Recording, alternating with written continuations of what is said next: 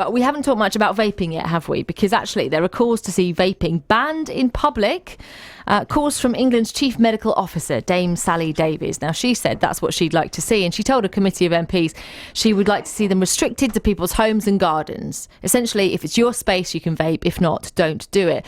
She's actually worried about how they look. She's worried they promote a cool lifestyle to young people. My personal view is we should treat them like we do tobacco products, as well as having them there for cessation. So I would not have them smoked in public places. I hate it when I walk past someone and they waft vapour over me. And I think here we are talking about pollution. We want people to live in clean air. Why do we let them smoke in public places and waft it all over us? The fact it's much safer for them is true, but of course we want them available for people to stop smoking.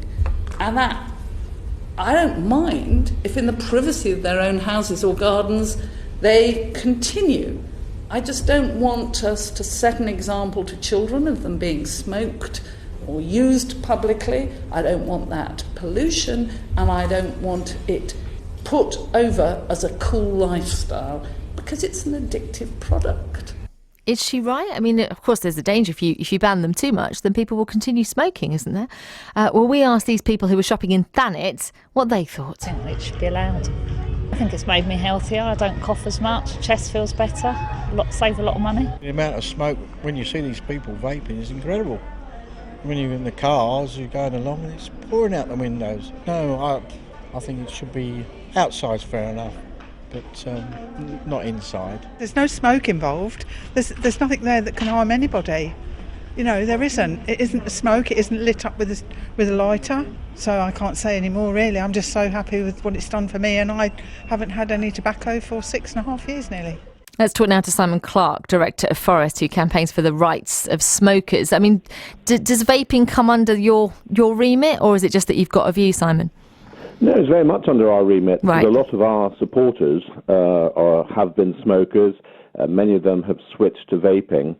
And we've always been about freedom of choice. We've never been pro-smoking. We've always been pro-choice. And the reality is that e-cigarettes have been a boon to a lot of smokers who want to quit. I mean, obviously, we still support people who enjoy smoking and don't want to quit. But if you do want to give up, and you don't want to go cold turkey, e-cigarettes have been a huge success story over the last 5 or 6 years. And the reason that we've had quite a drop in the smoking rate since 2012 is clearly directly associated with the rise of vaping. So it's quite bizarre to hear the Chief Medical Officer talking about wanting them restricted or banned in public places. I mean, what she was saying just made no sense at all. I mean, she was all over the place because on the one hand, she was admitting that vaping is clearly significantly safer than smoking, and she was talking about wanting to encourage vaping as a medicinal product to help people quit. Then she was saying she wants to restrict where people can actually use an e-cigarette. I mean, quite extraordinary, really, for a chief medical officer to be making those sort of comments, because even if she's basically in favour of e-cigarettes as a risk reduction product, I mean, essentially what she was saying is going to be putting out a very negative message about e-cigarettes. And it's completely the opposite of what bodies like Public Health England are saying at the moment. They're trying to encourage people to use e-cigarettes. And in fact, just to interject there, I've got the line from them. They say vaping is far less harmful than smoking and is helping more of us to quit. That's their official statement. Yes, indeed. I mean, that's the absolute case. And it's very, very odd for a chief medical officer to be going against that. But essentially, again, what she was saying was that she herself didn't like the smell or the vapor, and again, the clouds.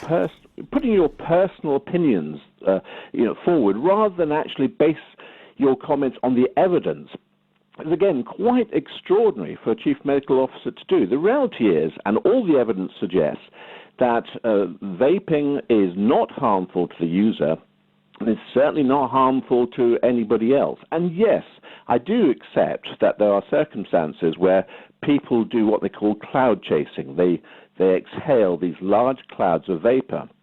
But that's not the norm. It's very rare that you see people doing that. The vast majority of people who vape stealth vape. You're barely aware that they're even doing it.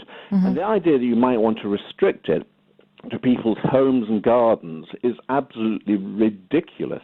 Simon, is it fair to say that we know vaping is less harmful than smoking, but the jury is still a little bit out? There haven't been the long-term studies about whether it has health implications or not. Yes, that is true. I mean, it's only been around for essentially about 10 years. Yeah. And it probably will be a generation before we know if there are sort of any significant risks involved with vaping. But the fact is there have been hundreds, if not thousands, of studies already carried out. And the evidence seems to be very, very encouraging, that there is no clear evidence at all of harm.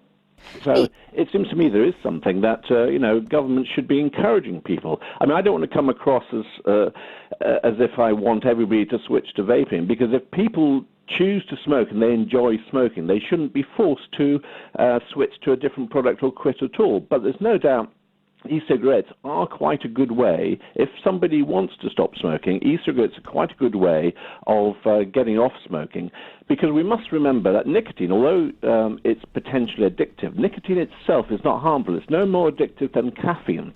And that's why I don't even want vaping to be seen purely as a medicinal product, because if you sell it as a purely medicinal product, like nicotine patches and all the rest, that's actually going to be quite unattractive to a lot of smokers. You've got to sell vaping as a recreational product in its own right, something that's actually quite enjoyable and brings pleasure in the same way that smoking brings pleasure. Exactly. It's all about choice, says Simon.